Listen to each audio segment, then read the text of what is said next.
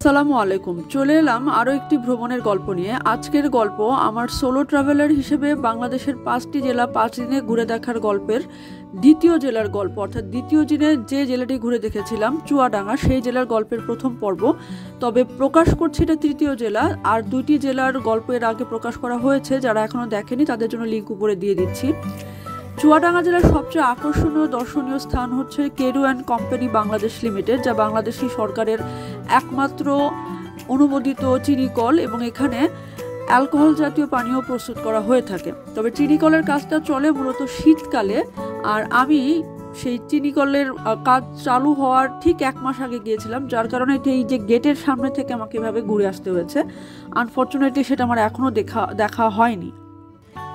ওইখানে আমাদের একজন পরিচিত ছিলেন, তো তার সাহায্যে আমরা একটা কানেকশন তৈরি করি, কারণ অ্যালকোহল কারখানাটি যাই কারোর জন্য অনুমোদিত না, যে কেউ ওখানে গেলে এটা ভিজিট করতে দিবে না। এখানে অনুমোদন লাগে বা কোনো রকম যদি কানেকশন থাকে তার মাধ্যমে অনুমতি নিয়ে আপনাকে যেতে হবে।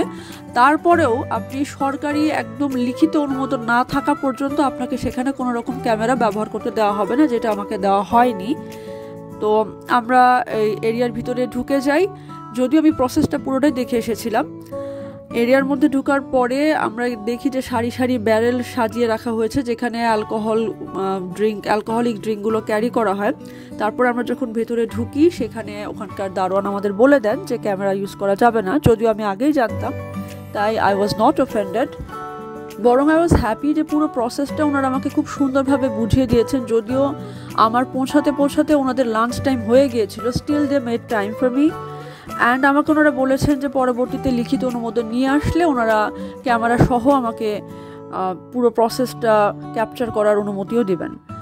তো যেটাই হোক, এরপরে আমরা চলে যাই হচ্ছে স্পিরিট রিফাইনারির যে অংশটা আছে, ইউনিটটা আছে, সেটা দেখার জন্য, which is a big part of alcohol production. যারা আপনারা এই প্রসেস সম্পর্কে জানেন তারা অলরেডি বুঝেছেন যে এই স্পিরিট প্রোডাকশনটা কতখানি ইম্পর্ট্যান্ট একটা ইউনিট, যেখানে আমরা খুব সৌভাগ্যবান ছিলাম যে ওইখানে দীর্ঘ সময়, প্রায় 35 বছর, এখন 35 বছরের বেশি সময় যাবৎ কর্মরত আছেন এমন একজন অভিজ্ঞ ব্যক্তি আমাদেরকে পুরো প্রসেসটি ঘুরিয়ে ঘুরিয়ে দেখিয়েছিলেন। তো আমি সেই প্রসেসের ডিটেলসে যাব না, কি হচ্ছে সেটা আমি আস্তে আস্তে আপনাদেরকে দেখাচ্ছি।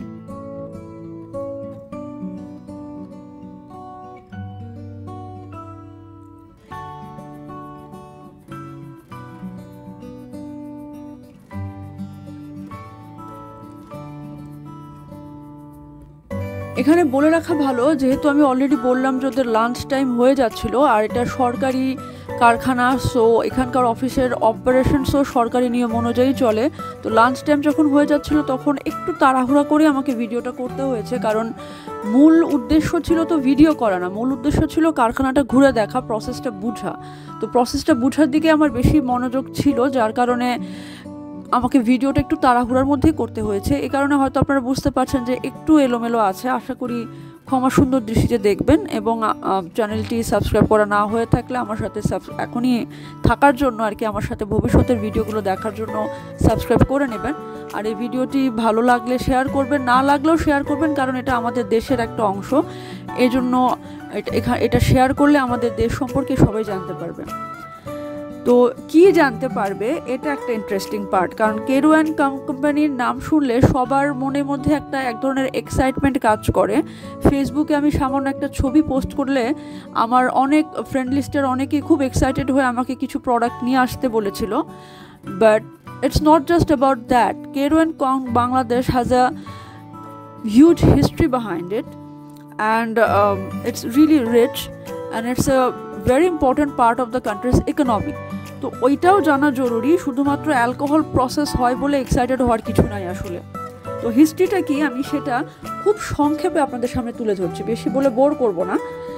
এটার হিস্ট্রি আসলে শুরু হয়েছিল অনেক আগে, 1805 সালে।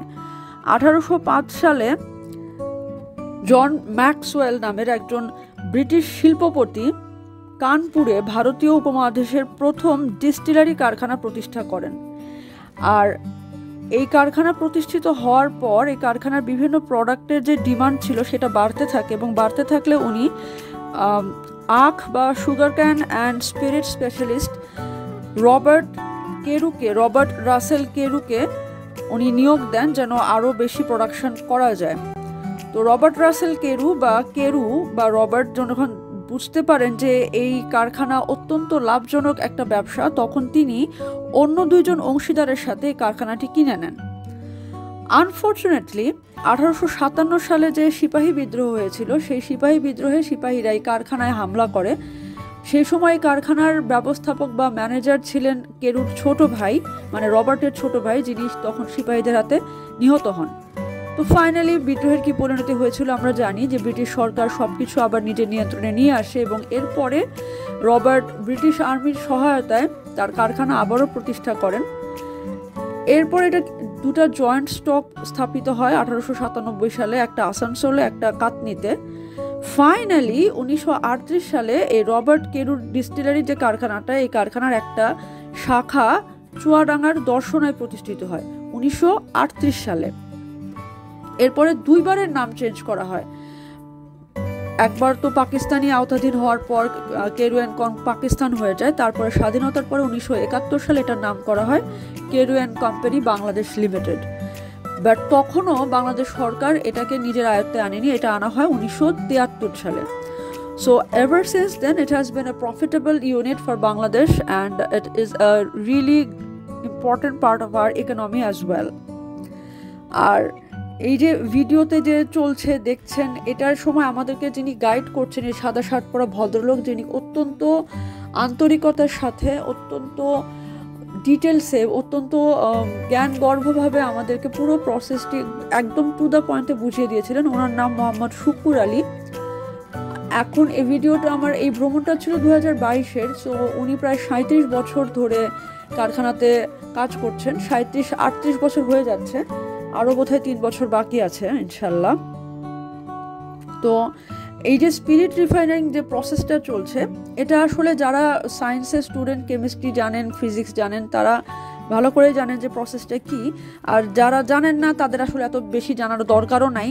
তো তাদের জন্য আমি সিম্পলি বলছি যে বেশ কয়েকটা বৈজ্ঞানিক ধাপ এখানে ফলো করা হয়, যার মধ্যে যেটার মাধ্যমে আখের যে ঘন গাঢ় একটা রস থাকে সেটাকে হাইড্রোট্রিটিং করা হয়, ফিল্ট্রেশন করা হয় এবং ইস্ট ব্যবহার করার মাধ্যমে গাঢ় ঘন যে রসটা, সেটার থেকে মিষ্টি একটা রস, এটা থেকে সমস্ত মিষ্টি স্বাদ তুলে নিয়ে এই গাঢ় রসটাকে একদম পাতলা স্পিরিটে পরিণত করা হয়, যেটা এই শুকুর আলী সাহেব আমাদেরকে হাতে ধরে দেখাচ্ছেন যে যেটার মধ্যে স্পিরিট হয়ে গেছে, প্রস্তুত হয়ে গেছে, সেটা একদম পাতলা পানির মতনই অলমোস্ট।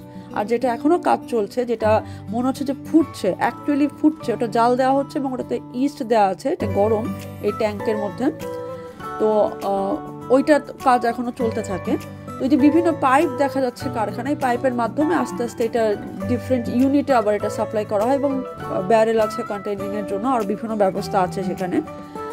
আর এই যে বিশাল বিশাল ট্যাঙ্কগুলো দেখা যাচ্ছে, যেখানে এই যে জাল দেওয়ার মাধ্যমে গাঢ় রস থেকে পাতলা রসে পরিণত করা হচ্ছে। উল্টানা ব্যাপারটা, আমরা জানি যে আখের রস জাল দিয়ে দিয়ে ঘন করা হয়, বাট বৈজ্ঞানিক পদ্ধতিটা এরকম যে আখের ঘন রসটাকে বা অন্যান্য যে শুধু আখ না, আরও অন্যান্য শস্য থেকে যে রসটা নেওয়া আছে, সেই ঘন রসটাকে বৈজ্ঞানিক পদ্ধতির মাধ্যমে ইস্ট ব্যবহার করে আসলে পাতলা করা হচ্ছে। মানে ইটস এ রিভার্স প্রসেস। একদিকে যেমন আখের রস জাল দিয়ে গুড় বানানো হয়, আরেকদিকে আবার সেই রস জাল দিয়ে উল্টোভাবে রস থেকে স্পিরিট বানানো হচ্ছে। Amazing science, isn't it? So যাই হোক, সেটা ইস্যু না। তো এটা দেখার পরে I was really highly excited and happy and spirited, but that was not the end of my journey there. চুয়াডাঙ্গার জার্নি আমার কন্টিনিউ হয় একেবারে সন্ধ্যা পর্যন্ত, where I was also faced with a very amazing surprise in the evening when I was returning to Jhinaidah.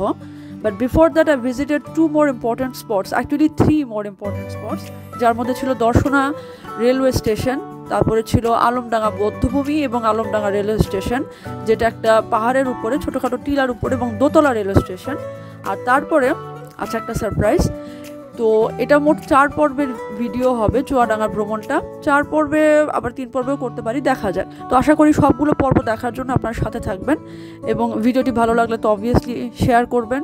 আর চ্যানেলটি subscribe করা না হয়ে থাকলে অনুগ্রহ করে সাবস্ক্রাইব করে আমার সাথেই থাকুন। ধন্যবাদ।